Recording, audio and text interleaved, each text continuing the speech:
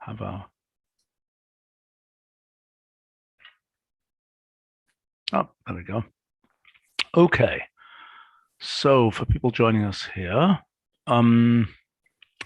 we are talking about a rather ambitious project and effort to implement multi-computation in Wolfram language.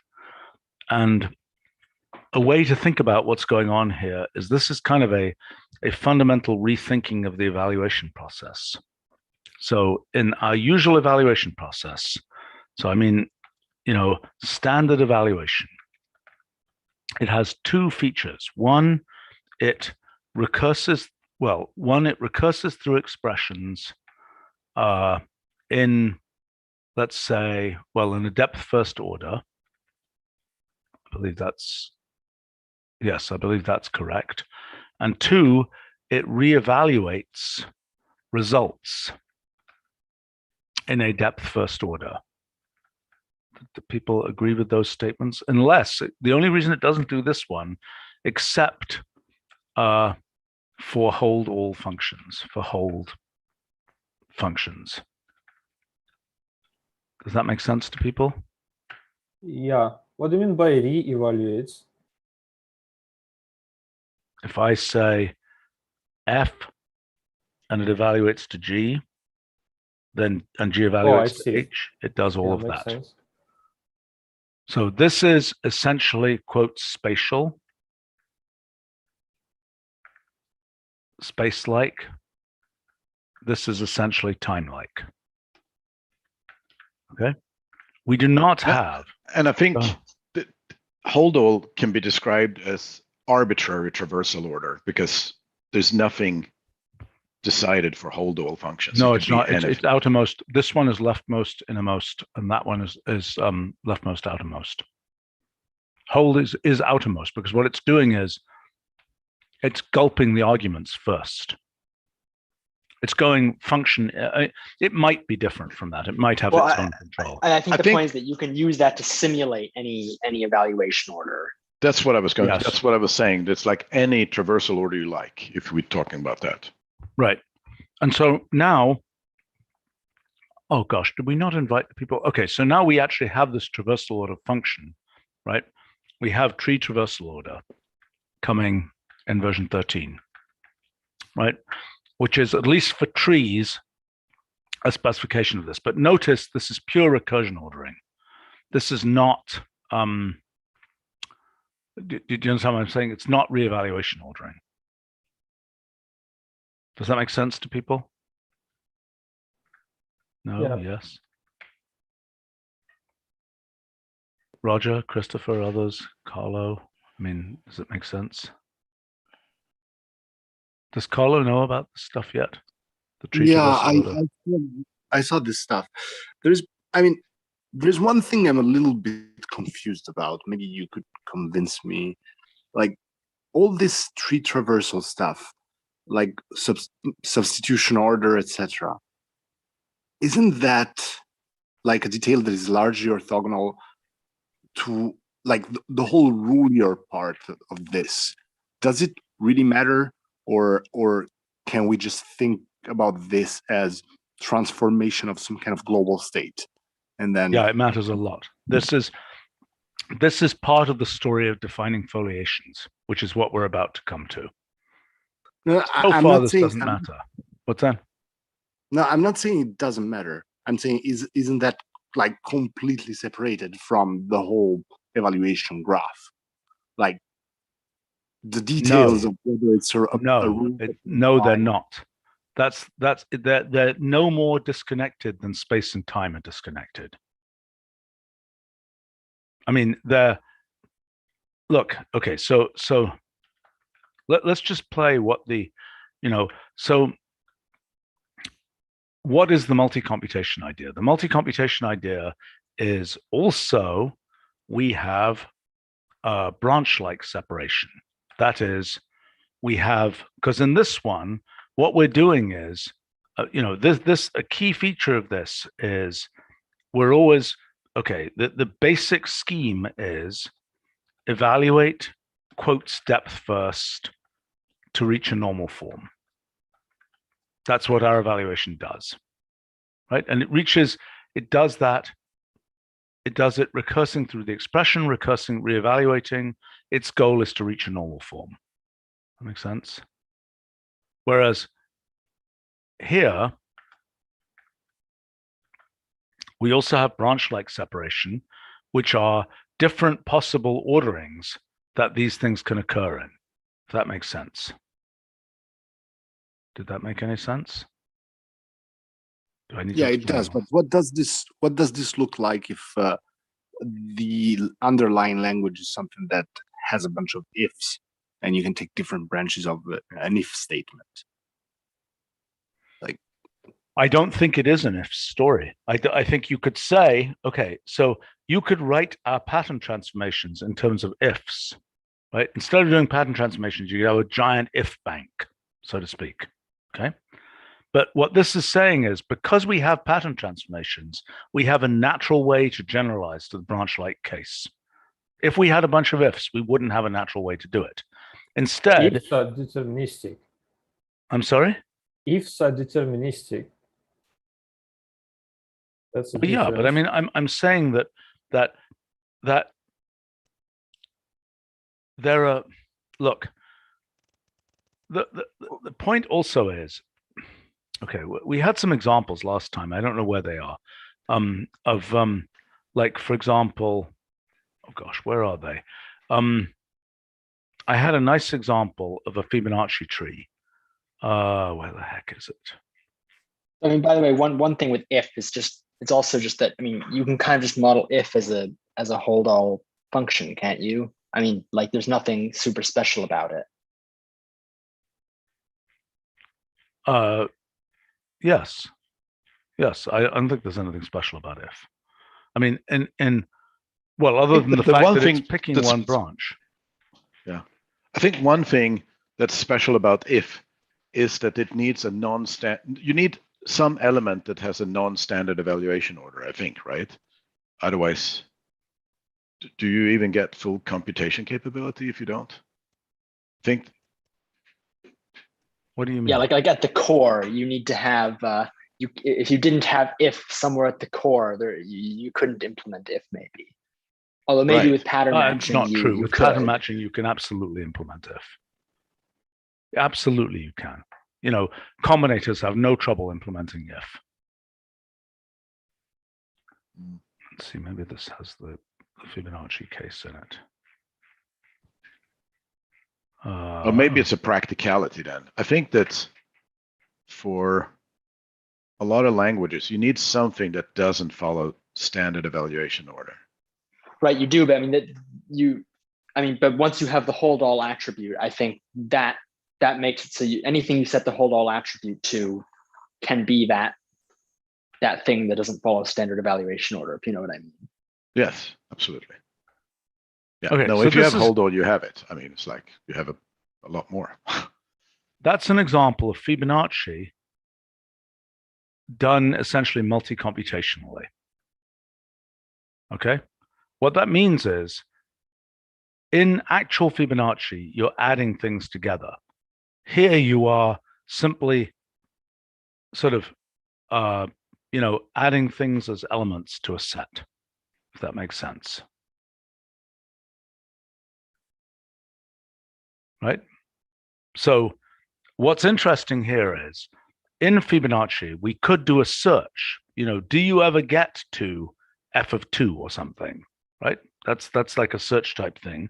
Or we can do a different observation of this Fibonacci evaluation that is saying, just add up the total number of leaves. Does that make sense?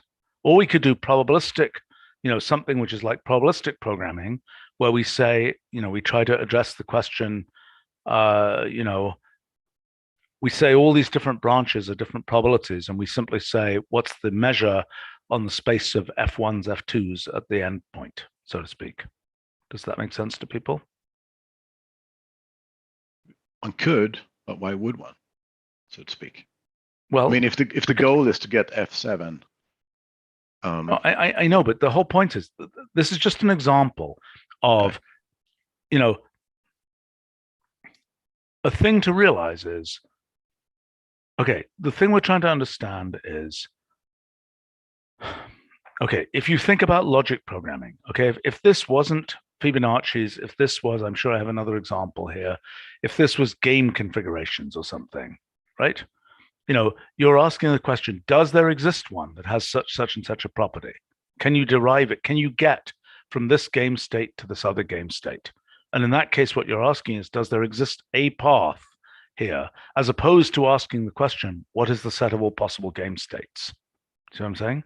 Right. What we're trying to understand is what multi-computation does is it gives you a richer version of evaluation. The evaluation that we have right now in terms of Fibonacci, not what we're doing with actual Fibonacci, where we're adding all the pieces up, but our analog of evaluation for Fibonacci would be, oh, you get that f of 1. Right? That is the normal form, right, that we would get here. Does that make sense? With our standard evaluation process, if we say, these are the transformations we can do, we will end up getting that f of 1.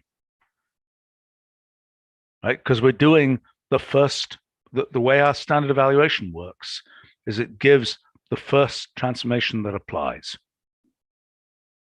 Does that make sense? Yep.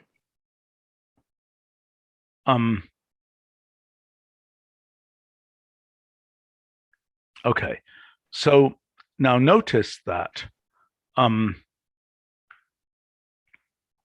this is one where we did deduplication, where, you know, where we can count paths, but where we didn't actually enumerate all these cases. Okay, so, but I think there was an earlier comment. So do you understand, do people understand what we mean by, let's see. I mean, the whole point is we have a different evaluation scheme. The evaluation scheme that we will be using right now is a single branch down here.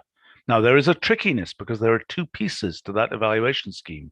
One is the recursion through expressions, and the other is a reevaluation. What we're seeing here is something much closer to reevaluation. And what we're seeing in the recursion through expressions is something much more like if we have, let's say, a hypergraph and we have multiple places we can update it, the recursion through expressions is saying, let's do that update, then this update, then this update. Does that make sense to people?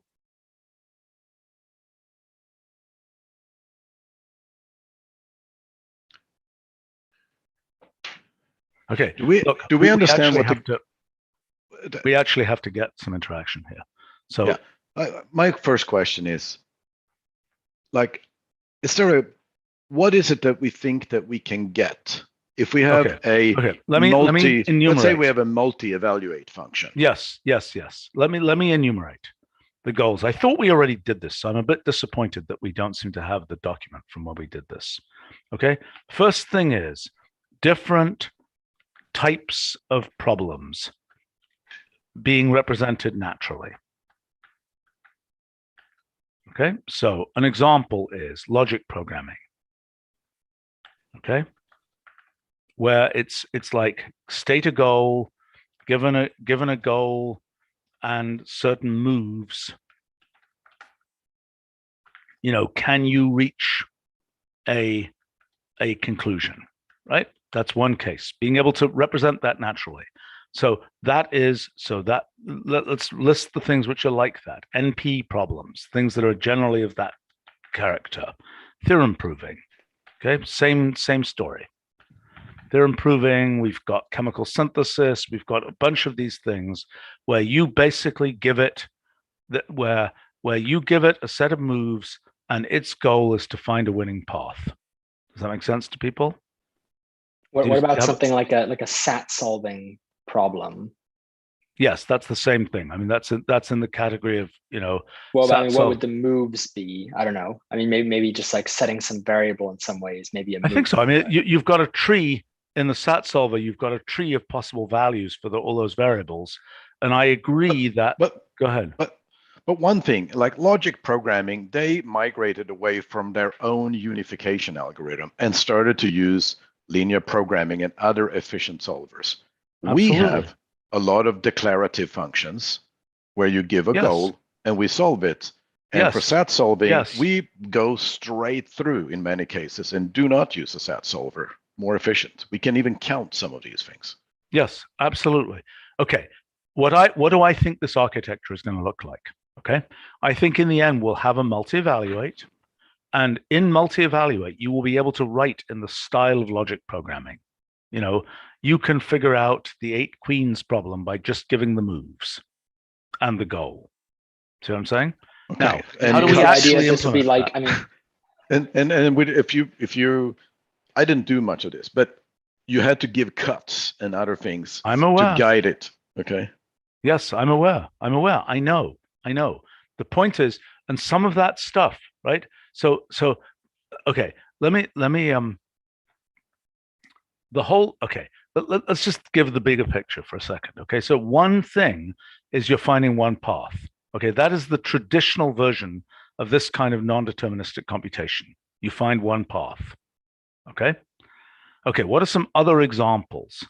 Another example is another type of example, another type of thing is in optimization, you find the best one. So you've Yes. sorted them all and ordered them, and you want to find so the you're best right. one. You're right. So one thing is one thing here that we might list is, you know, find a path with a property, with a locally determinable property. Okay. so by the way, I mean, is the basic point of that category just that, I mean, I don't know, there's a whole, I mean, like Roger was saying, I mean, we have like, you know, probably several different solvers. There's the linear programming stuff. There's the other convex optimization stuff. There's SAT solving. Is the basic point that there be one function that, in a similar way to how solve, you know, I think now we'll call linear programming stuff if it thinks it's appropriate, you know, you have some standard way of expressing the problem, and then it will kind of figure out what Yes. type of solver, Yes. and it will translate it, Yes. and so on. This is just the starting gate, because this is the very traditional limiting case of multi-computation. Right. I'm just saying though, I mean, I think that already is that would be a very cool function to have. It's also probably be fairly complicated. And I think the design of how you would actually specify things. Well, I agree. yeah, whatever. I agree. I mean, that, yeah. I agree, but we could imagine, okay, the function that we can imagine doing is a pure pattern matching function, right?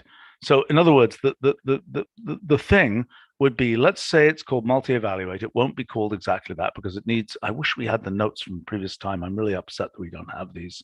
Maybe somebody could go back and try and find this. So, you know, it's going to be a set of rules, basically. It's going to be some set of inits, and that will be generating essentially this kind of thing internally. Conceptually, it's generating that kind of thing. Okay, here's the thing though, right? I think that the much more useful function is the one that conceptually is doing that, but actually it's translating it into a SAT solver problem. Absolutely. Right? Absolutely. Because what I was going to explain is that then what we have to do is there is an observer here. Okay. And the observer, this is the space of everything that can happen, the full game tree. Okay. The observer, and I only got through the very first part here. One of the most trivial observer is an observer who only notices the path that has a particular property. Okay. So another possibility would be essentially the probabilistic programming case, where the observer, you know, basically is just measuring the probabilities for lots of outcomes. And then the other cases, which I admit are more complicated, are the cases that are like quantum mechanics, for example, quantum observers, which is a different kind of observer of the same type of thing. It's an observer, you know, it's different reference frames. It's observers. Okay, so I mean, part of the motivation for this is I've got this big list of types of systems that I think can be modeled with multi-computation.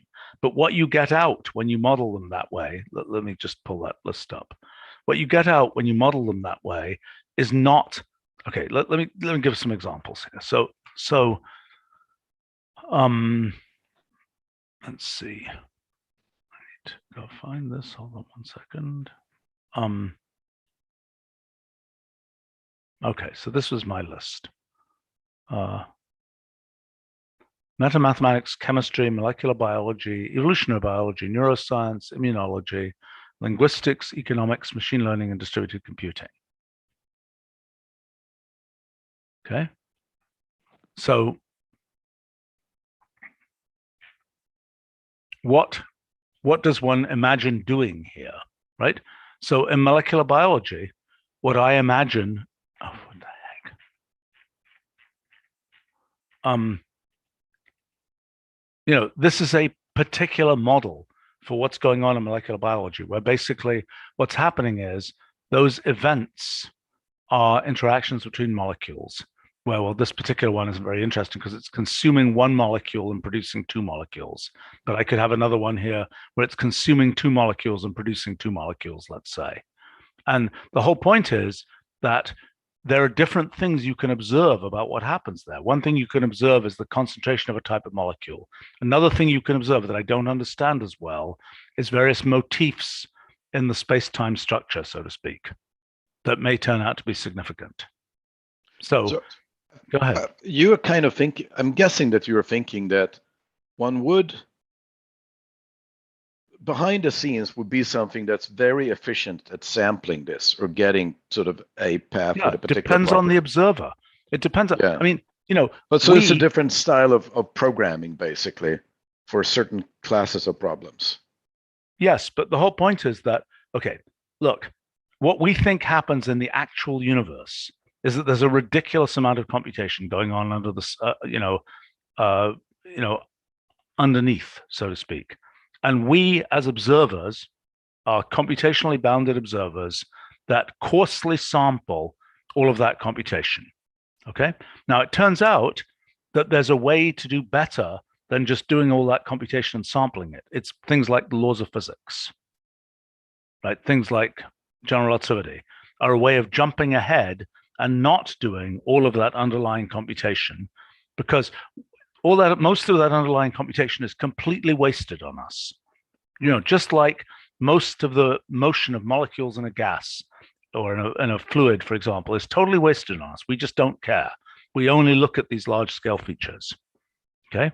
I mean, the somewhat more controversial thing that's coming out is that's probably true of mathematics as well. That is, that a lot of what happens at the level of formalized mathematics and axiomatic kinds of processing don't matter for lots of mathematical purposes, just like it doesn't matter what the molecular dynamics of a gas is for lots of fluid dynamics. But the issue here is to have a model, an underlying model that is this multi-computational underlying model of all those possible, fluid dynamics configurations. But the thing we sample ends up being kind of a much higher level. So maybe kind of an easier. I can see that maybe there's a class of problems that are now easy to formulate with what you're. Exactly. That's what I'm saying. Yes, that is exactly what I'm saying. And I'm saying that those include some classic ones that we know very well, that we don't have a great, like logic programming, for example. We've never had. There's also sort of agent-based. Yes, agent-based models are the same type of thing, except agent-based models, what people do, one of the points of this multi-computation idea is, rather than doing probabilistic things where you say, well, the agent might go left or right, what you say in the core multi-computational model is the agent does all of those things. And we are merely sampling that space of possibilities. We are sampling the overall behavior of the system. And in quantum mechanics is really important, the difference between the, what's happening inside is there's sort of an integrated thing that's happening inside, and then you sample it. So quantum mechanics shows one that sampling all the time is not the same story as sampling only at the end. But Steven, on the other hand, what you're saying here with respect of multi-computation sounds a lot like the ergodic hypothesis. So that might break sometimes. Like the fact that sampling all the possible states with the right weights is the same as simulating the microscopic interactions. Yeah, right. Look, this is not. Yes, look, the ergodic hypothesis is an utter fail for playing chess. Right? There is a particular path that gets you to checkmate or whatever, right? The ergodic hypothesis just say, oh, all the paths are the same. Clearly not true in that case, right? So it is not the case. I mean, for some of these models, so I don't know what I know what an ergodic process is, but what's the ergodic hypothesis? Okay, so the idea is the ergodic hypothesis is a standard concept in statistical mechanics that says that if you have a gas, for example, you can look at a particular gas with a particular configuration of molecules, and you can see the time evolution of that gas. Those molecules will bounce around. They will take on a whole series of configurations. Okay, the ergodic hypothesis says that the series of configurations they take on is distributed the same way as the set of all possible configurations in the ensemble of all possible arrangements for the gas. Right. So when you study random processes, you very clearly delineate there are some that are ergodic, but some are not. Yeah, right, exactly. And I mean, the ergodic hypothesis is very, in its original formulation was vastly more complicated because it was not dealing with discrete systems and it had to deal with, bins and all sorts of issues about the continuum and so on. The ergodic hypothesis in a discrete system is a very straightforward thing. I mean, it's like you just look at, to give a trivial example, right? You can just say, you could just say something like nest graph of, I don't know, something like, I goes to mod I squared, comma 77, I goes from 0 to 76 or something. That's not what I wanted to do. I wanted to say, no, I just want to say graph here, don't I? I just want to say graph of that. Sorry, I meant this.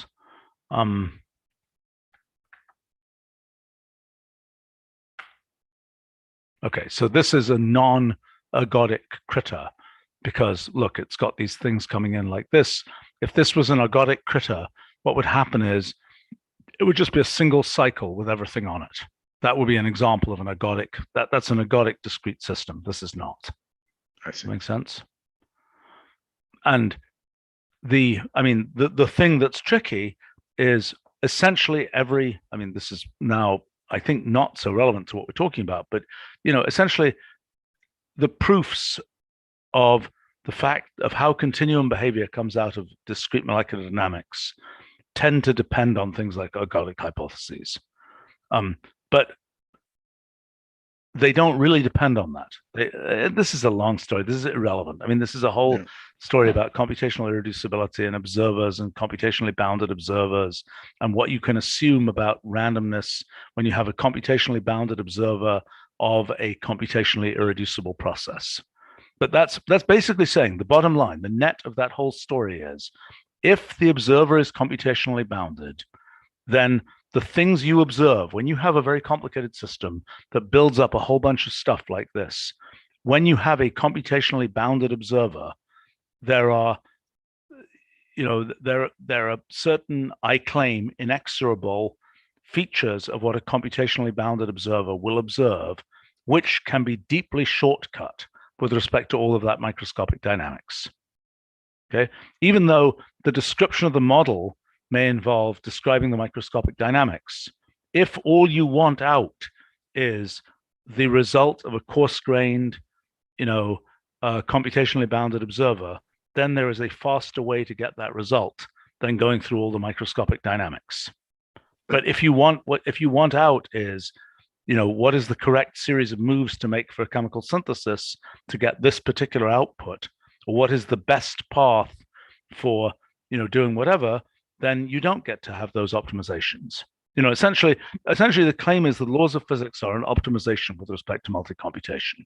The laws of a certain type of observer are a dramatic compression of all this multi-computational complexity underneath.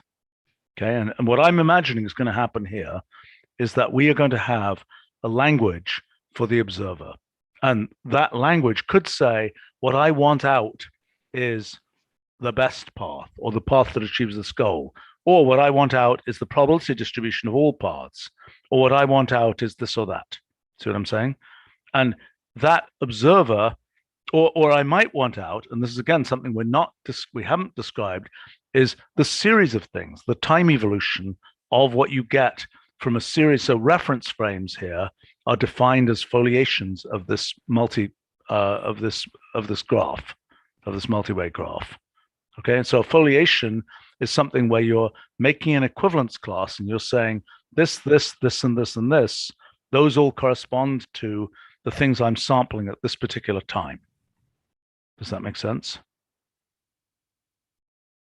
Mm-hmm. Yeah. But, I mean, anyway, the reason why I was mentioning ergodicity, and I think you enlightened some stuff here, is like there is a very deep connection between the breaking of ergodicity, glassy transitions, and NP completeness. And so maybe we're actually onto something here. With no, I understand that well, Carlo. You're right. Yeah. The way that, okay, so if you want to think about it in terms of spin glasses, for example, okay, you can think about, I mean, in you know, an NP problem, for example, for a spin glass, the ground state of a spin glass is, to find the ground state of a spin glass can be thought of as a, as an NP problem, NP complete problem, actually. And that you can think about that as, you're flipping spins deterministically. You are treeing out all the possible flippings of spins. And the path, one of those paths of flipping spins in a certain way will be the ground state. That is Roger's best path here. And the fact that that best path is the fact that that corresponds to an NP complete problem is, because that treeing out is like a general, non-deterministic Turing machine, a general multi-way Turing machine. That's really what it comes down to. But what you have to do, I mean, this path, just to remind people, this thing is, let's see if I can pull one up. Yeah, but the really interesting the physically interesting stuff happens when the system itself has trouble computing what the ground state is and gets stuck. Of course, right. So, the physics does not win. Look, yes, and the reason it gets stuck is that, okay, so I mean,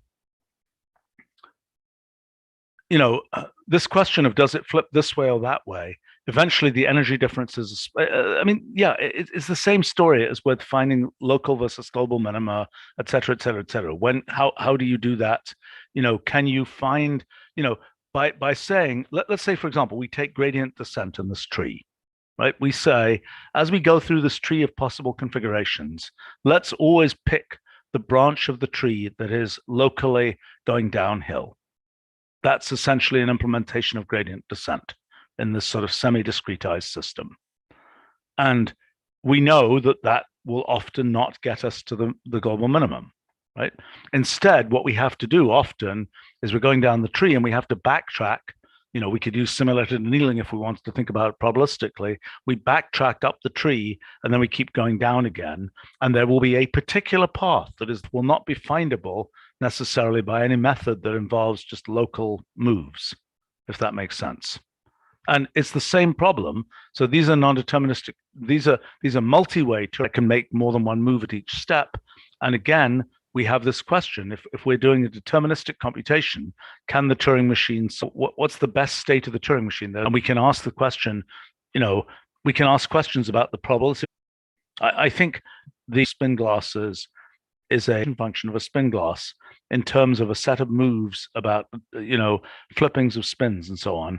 And you can ask the question, this is, what's interesting about multicomputation is that all you say is, we've got a partition function, and you say in the canonical ensemble, what multicomputation is doing is it's also talking about the time dynamics of the system, which is not something you usually do. I mean, usually in a spin glass, the best you'll get to is global dynamics or something. Physical features cannot be described. and the system itself cannot do the computation. Yeah, so yeah, all yeah, the right. shortcuts don't work. By the way, yeah, there's all kinds of examples of this, but I think that's not, I mean, the traveling salesman problem is absolutely a fine example of, well, actually, I'm not quite sure how well formulated it is here, but to just my vision of this. So there are a set of, to me, the question is, can we represent the set of moves by purely symbolic transformation rules for symbolic expressions? But there are many possible ways those rules could be applied. It's a replace list type story, right? So, replace list could tell us f of, blank, I don't know what it is, x blank, x, y double blank. That's that going to, I don't know, x, y, and then we're saying replace list here, f of a, b, c, d, that's giving us all the possibilities there, right? That's different from replace, which just picks the first possibility. Why is this not finding more cases? Am I confused here? Why is Probably that not... need x underscore too. Oh, yeah, right. Okay, there we go. Okay, so that is an example of a very trivial multi-computational thing, right? It's finding these many cases, right? We don't have a replace list that goes all the way down through an expression. And part of the reason we don't have that is we don't have a good way to knit together those pieces. Because what we're seeing here is this is a way of knitting together. I think I have some better examples somewhere, and I wish I had the previous previous notes. We really should never let this happen, of doing these meetings without previous notes. Really shouldn't let this happen because we're wasting a huge amount of time here. Well, let me see if I can find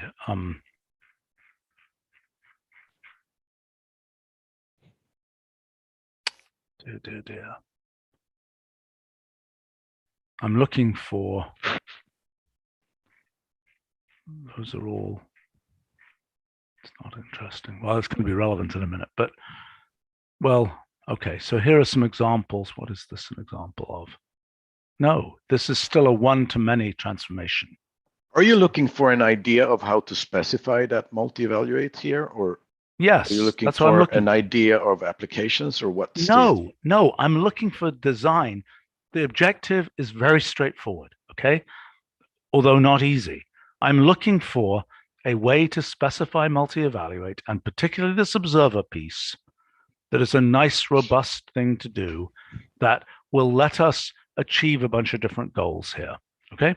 And right now with this, what this is operating on, this is saying, this is a bunch of transformation rules. And for example, for combinators, we know what those transformation rules are. And we know what, they're transformation rules for expressions. And what we're saying is we want those transformation rules to be applied in all possible ways. Those rules, in general, will use more than one expression at a time.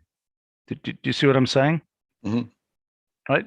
These events don't necessarily have to, I'm really kind of annoyed that I'm not finding, hold on, maybe this has some examples here. Okay, well, there's a trivial example of a token event graph with, I mean, this is with token event graphs, which is not the right formalism. It's only got, this is a 2-to-1 rule. See what I'm saying? Mm-hmm. And in general, what should happen here is that what we're going to do is we're going to say, these are the states, and we're applying, in general, these rules will say, well, let's see. Yeah. This is the issue. The issue is tokens. Okay. In this model, in this setup, we are just looking at disembodied tokens. What transformation rules that we have in the system do is they look at subparts. Does this make any sense? Let me try and give an example. Rule. Okay, and this string replaces string and replaces it. Okay, but the subpart of that's right. Whereas what we could do with this string, if we wanted to, but it's very unnatural, is we could break that string into a linked list, and everyone has its kind of connection. Do you get what I'm saying?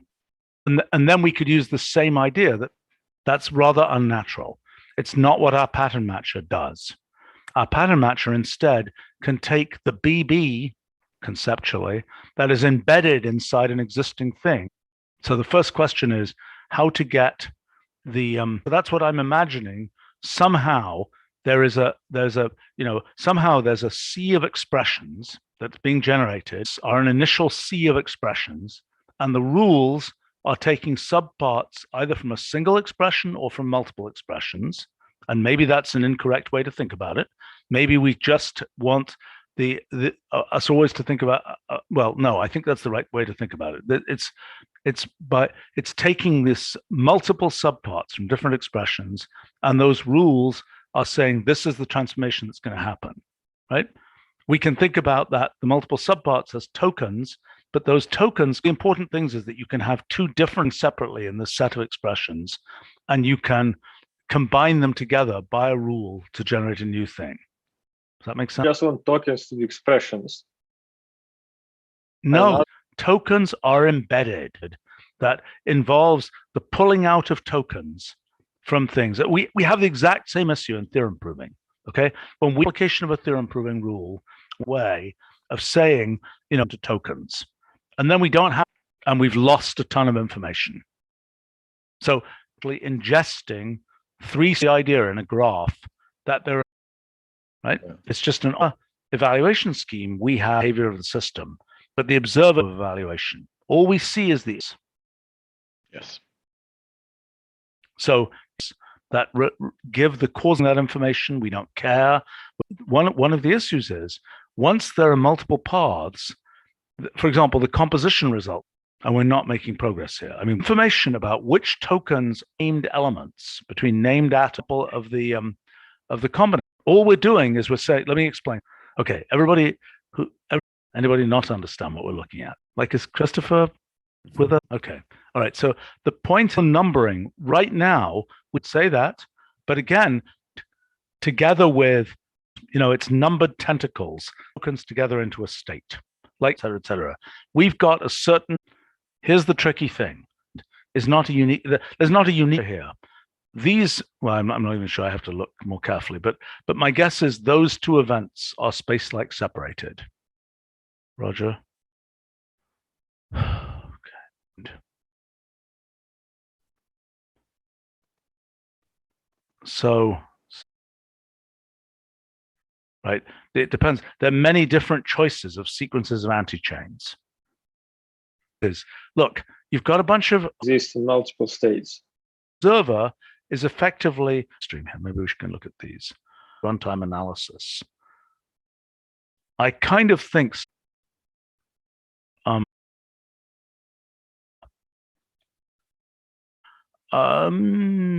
right, is a coarse graining transfer.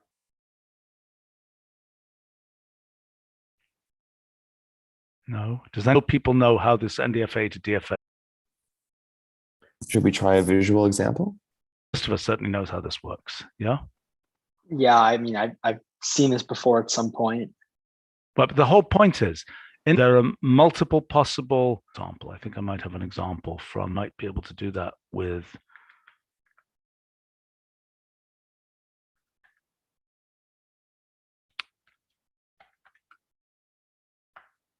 Oh, this may make a DFA. Look, the state of a finite state machine. The question is, with a given symbol, can you get, is there just one way? Is there just one path with a given symbol, or there are multiple paths? It's the same thing as with a non-deterministic Turing machine. If there's a particular configuration of the Turing machine, is there just one next state or multiple next states? And the whole point is that for finite state machines, there's a construction that allows you to basically equivalence together. Well, let's see, how does this work?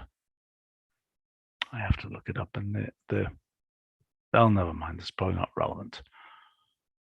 Okay.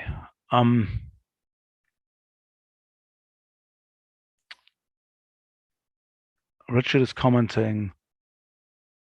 Okay, I don't know what this is. More recent solvers use conflict-driven clause learning. I do not know what that means. maybe with respect to SAT solvers. I don't know that. I thought that people were still using the Davis-Putnam thingy. Oh, this is an improvement in the satisfiability algorithms. Okay, that's kind of an interesting picture there of not sure how useful that is. I mean, that looks like a theorem proving-ish way of doing SAT solving.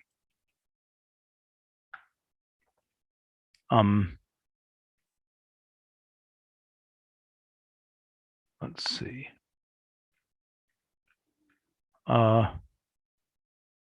Super optimization, Richard's comments, and people optimization, which usually involves SMT. Right. I mean, that's optimal. Yes, you're right.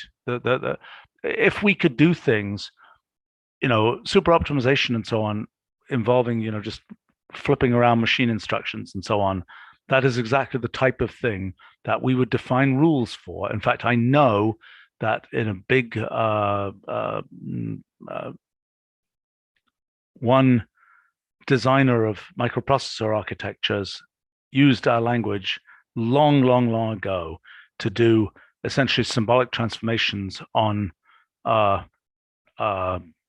sequences of instructions and so on, using exactly that kind of idea.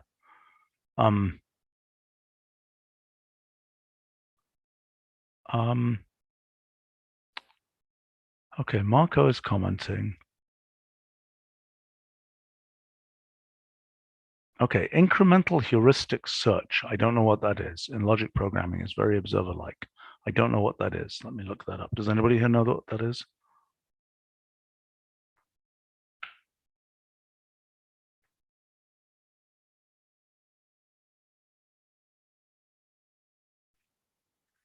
I don't know what that is. I'm going to make a note. That's a thing to study.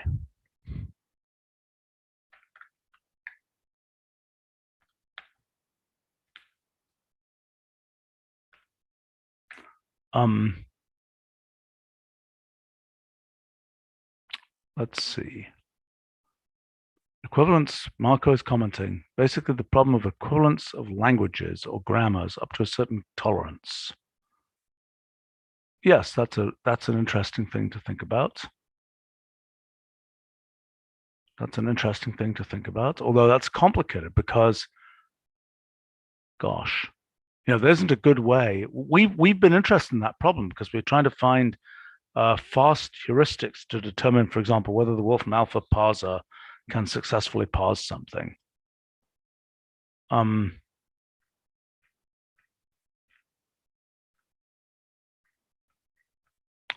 see.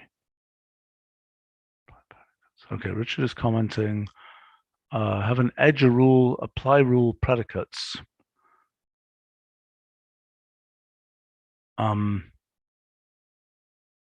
Okay, this is a comment I need to parse more carefully. Have an edge rule and an apply rule predicate applied on some logic programming database as an initial state. There are abstract machines implemented using graph rewriting. Okay, so Richard is pointing us to a reference here about implementing logic programming languages by graph rewriting. Yeah, I mean, so that may be related to a lot of stuff that's been done on let's see what we've got here. Oh dear. There was a file in a .gz.ps.gz format. Oh, look at this, very convenient. This seems to be a book about implementing logic programming languages by graph rewriting. Okay, I wonder what this is about. That might be relevant to us. Sounds potentially relevant. Graph rewriting, okay, term rewriting systems. I mean, graph rewriting, people often talked about this in terms of for combinators and so on. What the heck is all this? Okay, this looks relevant. Okay, that's term rewriting. Okay, those are expressions.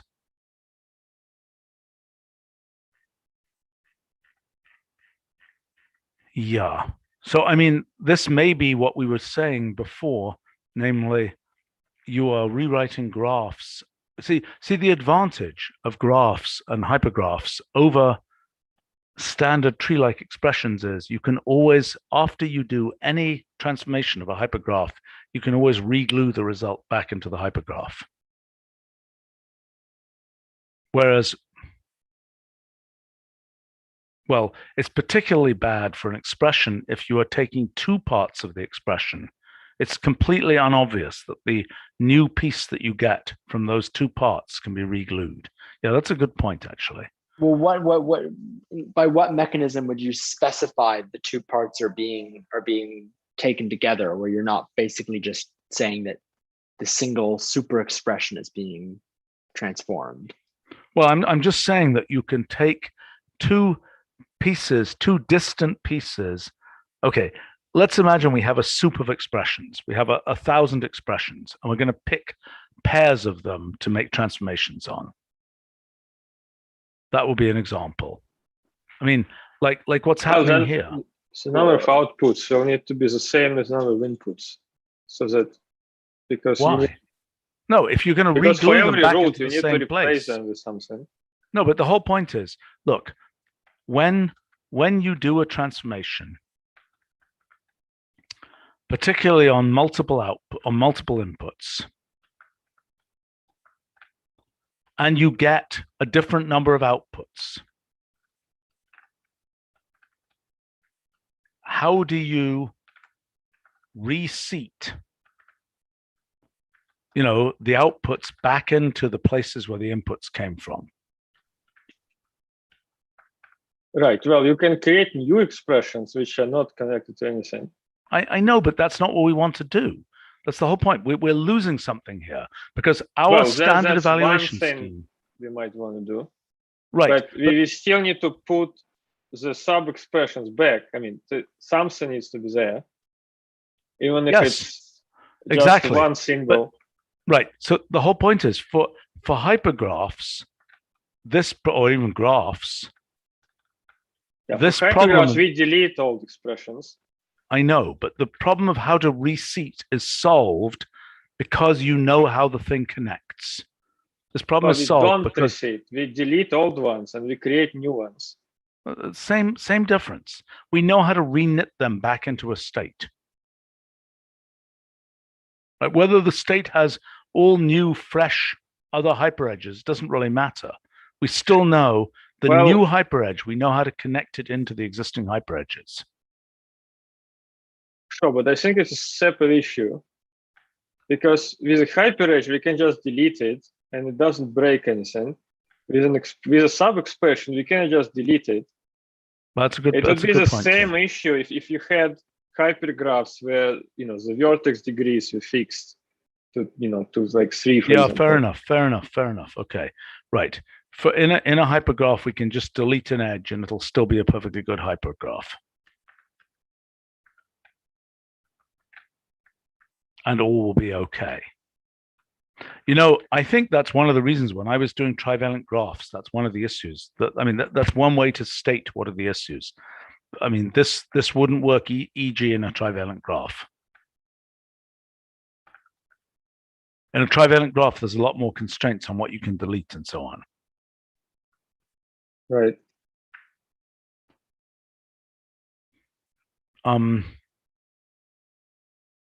Carlos sent something about zippers. What is this? This is just, what is this? What is this, that thing? Zipper is basically, it's the data structure that comes out when you're trying to traverse a data structure. So basically, if you're traversing a list, the zipper of a list is two lists, the one on the left and the one on the right of the cursor. Okay, what is it for a tree? Well, it's funnily enough, it's the derivative of the tree in the type system sense. But it usually ends up, if it's a binary tree, it's two trees, basically. What is the relationship between zippers and tracelets? Anybody got any idea? I haven't heard that term before. So your claim is that a zipper is a derivative of a data structure in some sense. It's the type derivative of a data structure. Yes. I'm sorry? Yeah, basically, yeah, the way to think about it is that if you look at if you think that a list is like it's like a series, right? Hmm. You can sum it, and basically you have this relation that looks like the geometric series, Yeah. right? Okay. Yep. 1/1 minus a, where a is the type. And so basically you can derive with respect to the type to a, which is the piece that you're removing, and you get two lists basically, which is the left and the right. And you can do this for binary trees and so on. So one way you could think about a zipper, then, if you use a zipper as input, it is like replace part or something. A zipper is telling you, like in our theorem prover, okay, what's the relationship to the theorem prover? In other words, is a proof, is a zipper like a proof? As in the sequence of things that you change to get to the result. And you could imagine feeding the zipper back in again and saying, these are the places to do the replacements at. Does that make sense? I'm not sure. I mean, it's, as far as I understand the zipper, it's a much simpler thing. Like you're doing string substitutions. You have to, if you're doing something in the middle and you look at a string as a linked list, you have to keep both the left part of the list and the right. I understand, but that's what's being said here. But I'm sort of generalizing that to say this is the trace of what, of where you did things. Yeah. Okay. Yeah. Okay, the port graph. Okay, Richard is saying in logic programming, his logic programming approach, the initial state is immutable. It says an edge exists at time t if a rule applies t minus 1. Rule applies at t minus 1 if the edge exists at t minus 2. Okay. Yep. The port graph framework. Okay, this is another thing that I don't know what it is. I have to look those things up.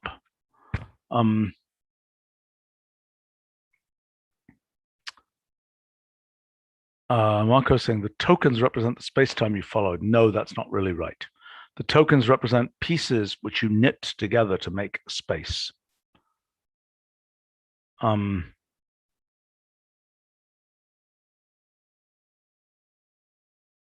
see. Richard is commenting the NFA to DFA is a power set construction where you get multi-states. Yes.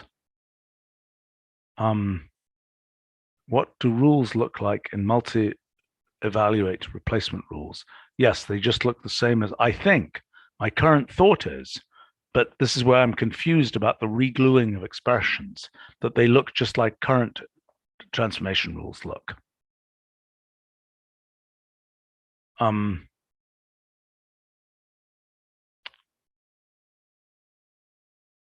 Let's see. Marco is commenting, we get the same result as combinators by doing string writing. I don't quite think so. Maybe they're with parentheses. I'm not sure. Maybe Max knows that. Oh, and Richard's commenting, port graphs you can have labeled. Oh, okay, then I know what you're talking about. Yes. Oh, yes, I worked on those extensively before we invented the kind of hypergraph idea. There are,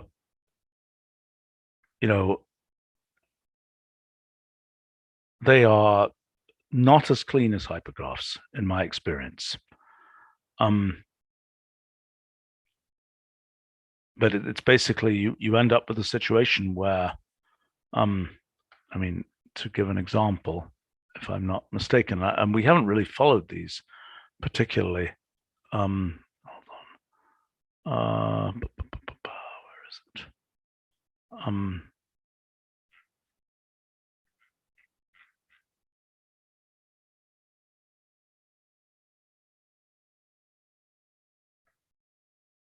I had some whole giant can of worms here from 2006, it looks like, and of these things here, where you have, this is, I think, what you're talking about. These are graphs where instead of the edges being just, oh, I'm just an edge connected to this node, it's like around every node, there is a naming of directions, so to speak. And the main conclusion of this is it's very similar to what we're doing now, but it was just a little bit messier. I mean, these are in between expressions and ordinary graphs.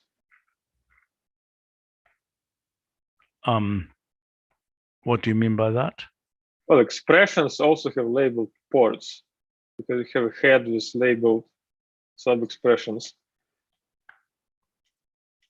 But they're also trees. And these ones don't have to be trees, but they're also not completely structureless. I wonder whether that actual copy works. Oh my gosh, look at that. Time warp.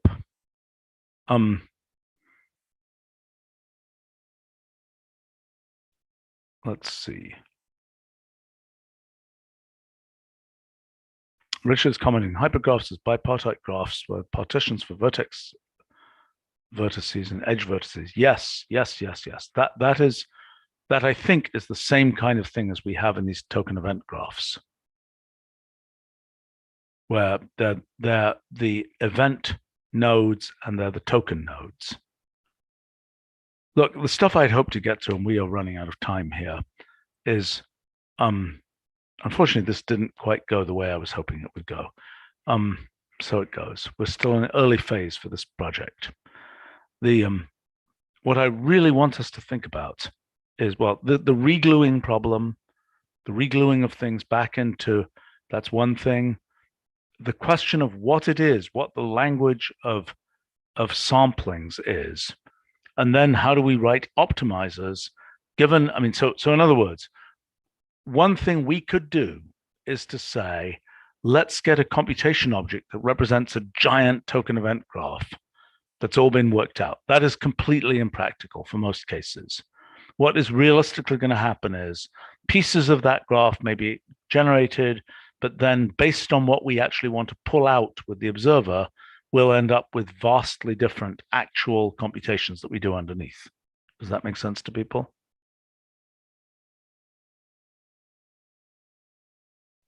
Oh, there are really two pieces here. Is one, which parts of that graph you want to compute, and the second, which property of that we want to extract. Yes, but some of that pretty much independent. Maybe. I don't know. If we're trying to do probabilistic programming, we're trying to construct a distribution over all results, right? Let's say we want to compute a distribution over states. Not tokens, but states, a distribution over states. Then I don't know what we compute. It's kind of complicated to know what we compute. That's a whole graph computation, but an approximate one. Yeah. And you probably want to do sampling in some kind of clever way. Yeah, you want to do some kind of Monte Carlo important sample type thing, probably. Whereas, you know, but the thing that I guess I was particularly interested in also is what is a plausible foliation, right? So these are total orderings, but those are foliations, right? And there are different, you know, they're different. That's a foliation, for example, right? That's a particular way of deciding how to sequentialize a series of events. Making sense?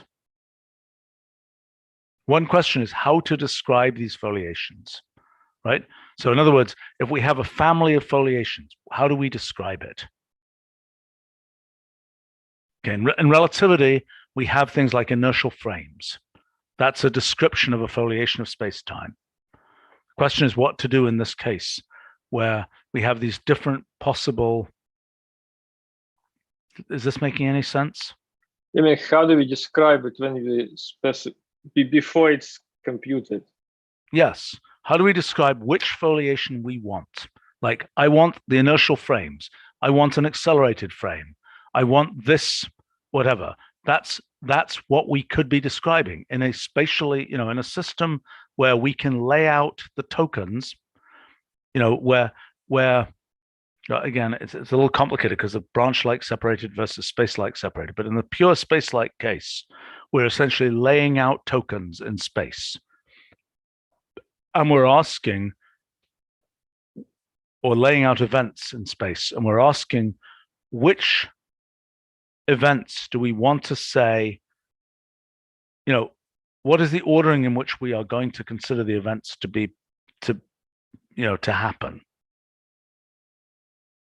right? And that's going to be relevant in, if we want a multi-evaluate list, that's going to tell us the time evolution. And by the way, for things like x equals x plus 1, or a non-terminating combinator expression, or I claim a bunch of things of relevance to molecular biology, immunology, a bunch of other areas, this dynamic thing of what is the structure of this graph evolving over time is kind of important, right? That's the thing we want.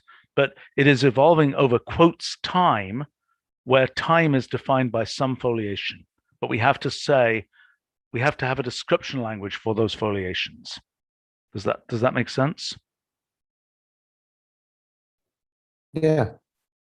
Yes, I think so. Right. So in general relativity, that would be a gauge, right? That's what you would call the foliation. Is, you have a shift and a lapse. What is it? Shift vectors, lapse vectors, whatever, which determine how you map points at one moment in time into points at another moment in time. And so the question here is, what are reasonable ways to do that specification? Just like for example, we have a very coarse thing we do. We have a recursion limit, right? If you recurse x equals x plus 1 enough, we just say, oops, we're stopping. I don't even know what the front for the recursion limit looks like. That is, if you have a complicated That sounds like recursion, Marx generation. it is, yes, it's something like that. Right. But I mean, this,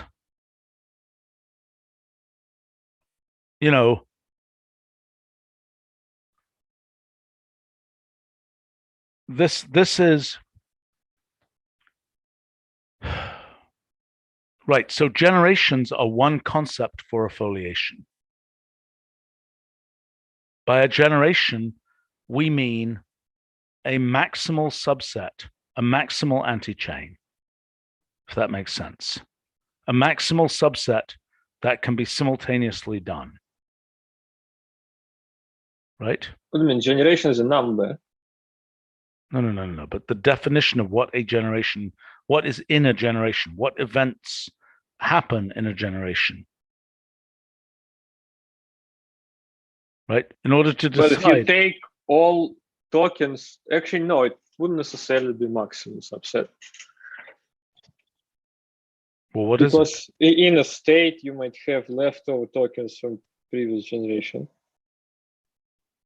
Fine. Okay, but there's a definition, right? So, I mean, that's there's a definition for generation number. Okay, but look. So, I mean, the foliations.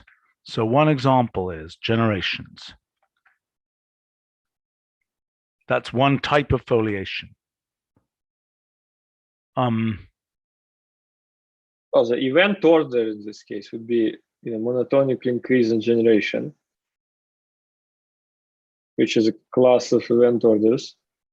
Okay, but then so we can talk about foliations as basically their event orderings. But so what? Well, they're a little bit more than that, because event ordering. So yeah, that's a total foliations are a list of events. Right. That would give a total order. But what we want is a partial order. Right. By the way, another related thing with foliations is breadth first search and the different variants of breadth first search.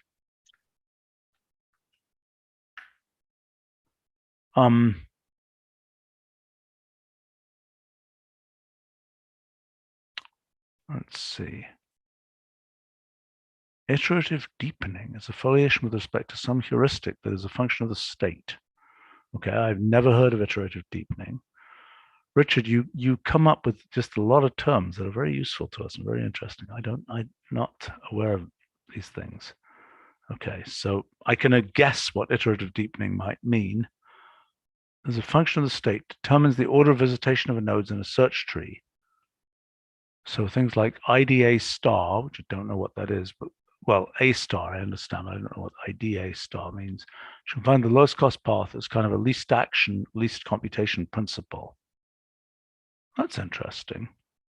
So, okay, so iterative deepening, the concept would be, okay, so that I see, I understand the idea. So, I mean, that's basically a what are you going to, i.e. here, that's a what are you going to compute next? Where are you going to advance the evaluation front next? That makes sense?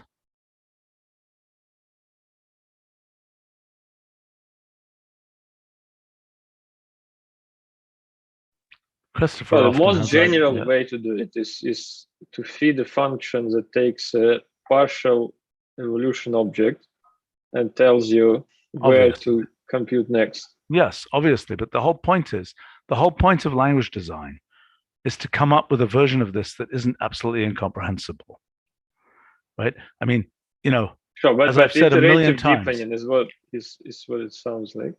Is what? Yes. Iterative deepening. Yes. Yeah. I should probably go soon.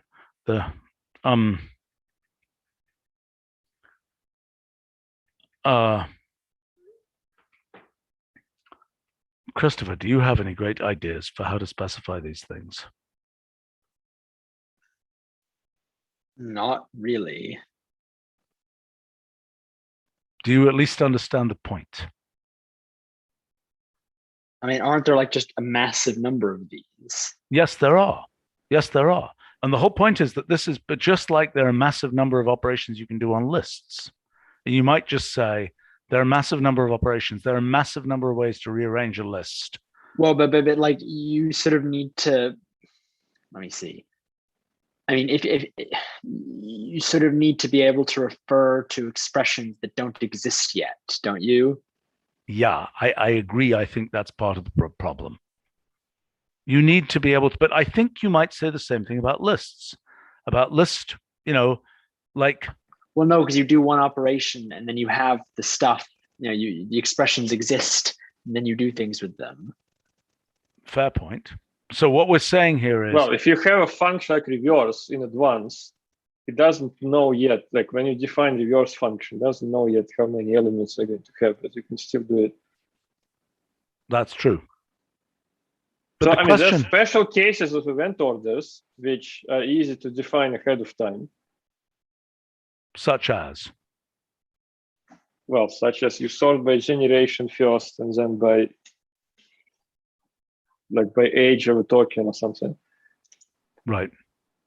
By age of a token means you have generation is just a tick of the clock, and you go through and you have some ordering of tokens, right? You have to have an ordering of tokens. You say, let me go through and consume as many tokens as I can, first of the oldest tokens, and so on, right? Yeah.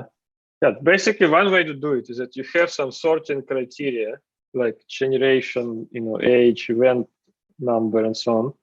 I mean, event index or rule index, and other things like this. And then you specify a list of the sorting criteria by priority. Right. You sort tokens, then consume the first ones or something. Yeah. So you generate an ordering on tokens, and then you consume some.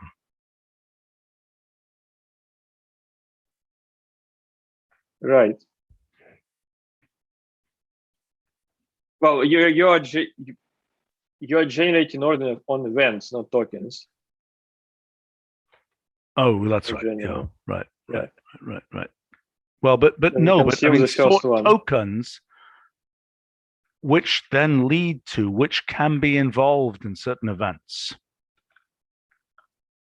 Because these are events that haven't happened. In general, you sort events because tokens, like if you want to sort by rule index, for example, it has nothing to do with tokens at all. I know, but But the whole point is on a given branch, if we're not talking about branch-like separated things, the set of all possible events contain many events which are branch-like separated that cannot simultaneously happen. Sure. Right? So we could imagine if we're doing a multi-way, thing, we can generate all possible events, including ones which cannot in the same branch of Yeah. history occur. And then we could do a sort of all of those. But Yeah. there's a different issue, which is in a single branch of history, I think we're more like sorting tokens. Well, no, because you can still have things like rule index in a single history. Yeah. Not to mention, you can have, well, when you have multiple tokens, sorting sets of those tokens is more complicated than sorting individual tokens. Because, for example, how do you distinguish between, say, 1, 3, 5 and, well, 1, 4, 5 and 2, 3, 5, or 1, 4 and 2, 3? Mm-hmm.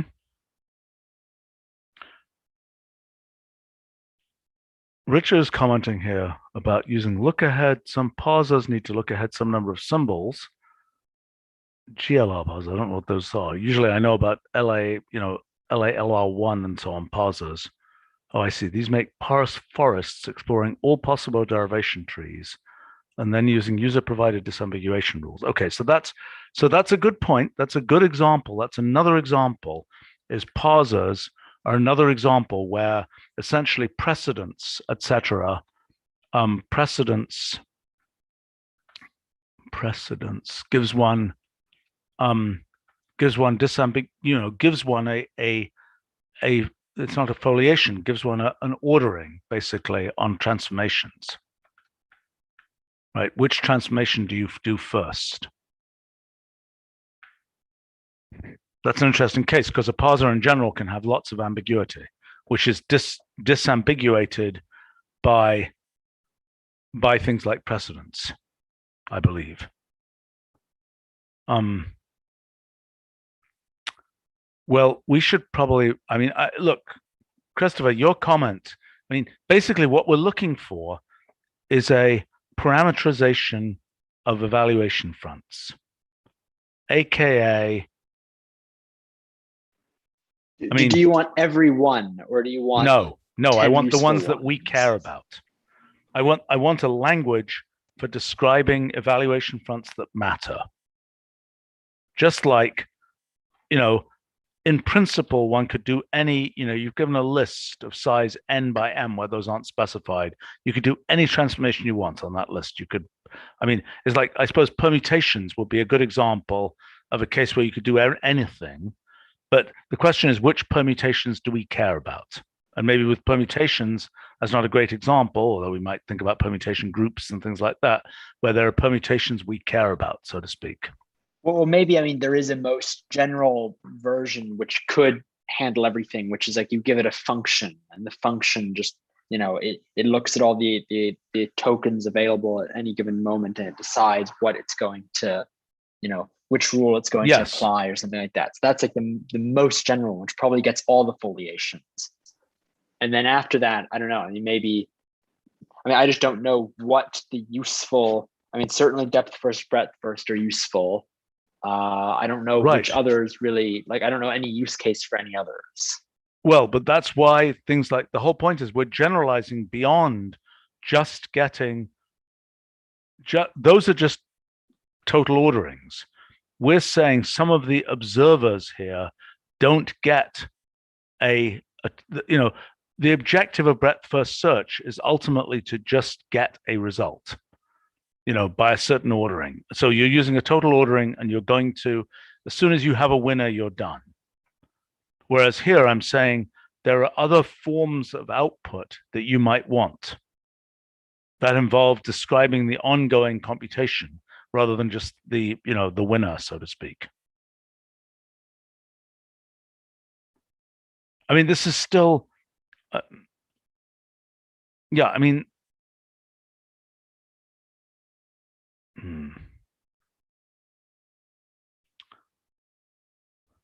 Well, look, I mean, I haven't. Yeah, right. I mean, I think it's probably worthwhile to look a little bit more at these goals.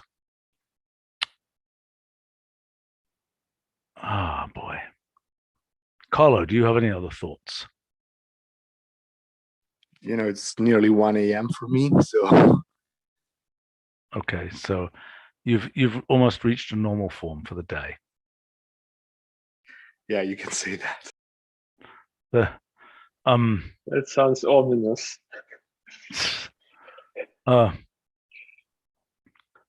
Anyway, all right.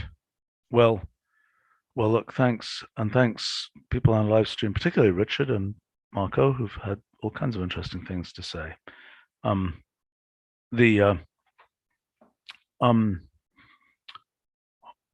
Right. Well, we should probably wrap up for now, and we will continue another